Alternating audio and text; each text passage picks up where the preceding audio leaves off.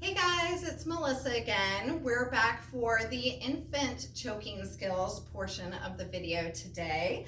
So again, if you have a baby doll this time, it would be great for you and or your children to go grab a baby doll so that you guys can practice along. Feel free to pause the video and come back once you have it. Now that you have your doll and we're ready to continue, we need to talk about what constitutes an infant for our purposes today. So an infant is a baby from birth to 1 year of age. So again, if this is your child, you can treat them no problem. We talked about consent in the last video. So remember, if the infant's parent is present, you do need to get consent from them before you start acting on treating their child. So again, if this is a mild blockage, even with the infants, you just want to let them try to clear it on their own. So remember, a mild blockage means there is coughing, there's some air exchange, but you can tell they're struggling a little bit. So just encourage them. I know the infants can't really understand you like the children can, but just still encourage them. Cough it out. You got this. You got this. If the blockage turns severe, and again, it's going to be a little bit harder to tell, you really have to be vigilant with those infants. So this time they're not going to be putting their hands up to their throat like the children might. You just would notice that there's no air exchange, that they're struggling on something, whether it's food or a little toy that might be in their mouth, and their tissue color might be turning already. It turns really fast. So they might be turning an unusual shade of blue or purple, and that's always a little disconcerting to see. So if you see any of those signs that would indicate that it's a severe blockage, that is when you need to act. So at the point it becomes severe, you're going to cup the infant's face. You are always going to support the infant's head, whether you're holding it here or here. You're going to see that in a minute, but you always want to make sure that you're supporting the neck and head. So you're going to start with them face down with the infant straddling your arm.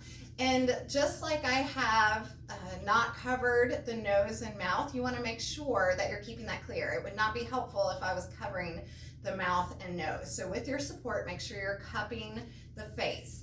Now you can do this standing. If you are doing it standing, you want to get into a lunge position so that you have the support of your leg, and you want to be on a downward tilt so that gravity helps you as well. You could also do this seated in a chair. You could also kneel, okay? But I'm gonna lunge for now.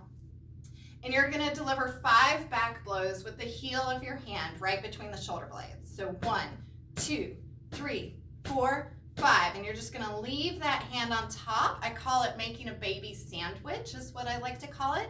Support that head with your fingers, and you're gonna flip the baby, and if it feels more natural to switch legs as well. So now you're gonna do 5 chest thrusts. So that means 2 fingers right in the middle of the chest, just below the nipple line, and give 5 chest thrusts. So 1, 2, 3, 4, 5. Cup the face. Support the head and flip, 5. Support the head, flip, 5. So you're gonna repeat 5 back blows, flip them, and 5 chest compressions until the object comes out, which would be best case scenario, and they start breathing on their own. Or if that doesn't happen, at some point, they're gonna lose consciousness and go limp in your arms. At that point, if you haven't already activated EMS, you're gonna do so now by sending someone to call 911. You're gonna get your infant on a firm, flat surface, and you're going to begin CPR starting with compressions. So this time it's 2 fingers, usually your pointer and your middle finger. You're gonna be right in the middle of the chest, just like you were for the chest thrust, and below the nipple line, and you're gonna give 30 compressions. 1, 2, 3, 4, 5, 6. You're gonna compress 1/3 the depth of the chest, so you do have to push hard.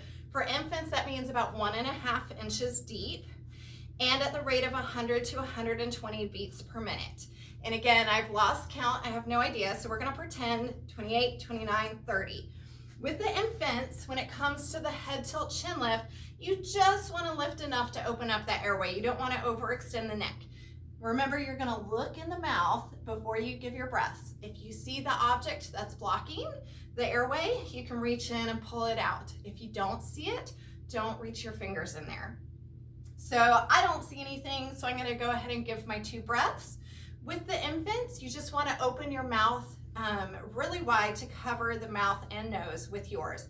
Again, if you have a mask with a one-way valve, by all means use it for the best protection. But if you decide that you are willing to do mouth to mouth, you're just gonna open up wide and seal the mouth and nose with yours. Give 2 breaths. Again, you're just looking for the chest to rise and fall. You don't wanna overinflate the lungs. But remember, since there's a blockage in there, your breaths really may or may not go in. So whether they do or they don't, go back to your compressions. 1, 2, 3, 4, 5, 6, 7, 8, 9, 10, 11, 12, 13, 14, 15, 16, 17, 18, 19, 20, 21, 22, 23, 24, 25, 26, 27, 28, 29, 30. Look in the mouth. I see a little bit of food. I'm gonna pull it out, but they're still not breathing. Give 2 breaths. And then straight back to compressions. So you're gonna repeat this cycle of 30 compressions to 2 breaths until they begin breathing on their own or until help arrives. So remember, do not forget to activate EMS by sending someone to call 911. If you are alone and this happens, whether it's an infant or a child, you wanna go ahead and deliver about 2 minutes of CPR before you stop and call 911 yourself. And 2 minutes of CPR means about 5 rounds of compressions to breaths. So go ahead and start the process if you're alone, break after 5 rounds to call 911, and then get right back to it, even while you're on the phone with them still. All right, again, I hope this is a skill you never have to use, but if you do, I hope you remember it, and it doesn't hurt to review it often and teach others to do it as well. Thank you and take care.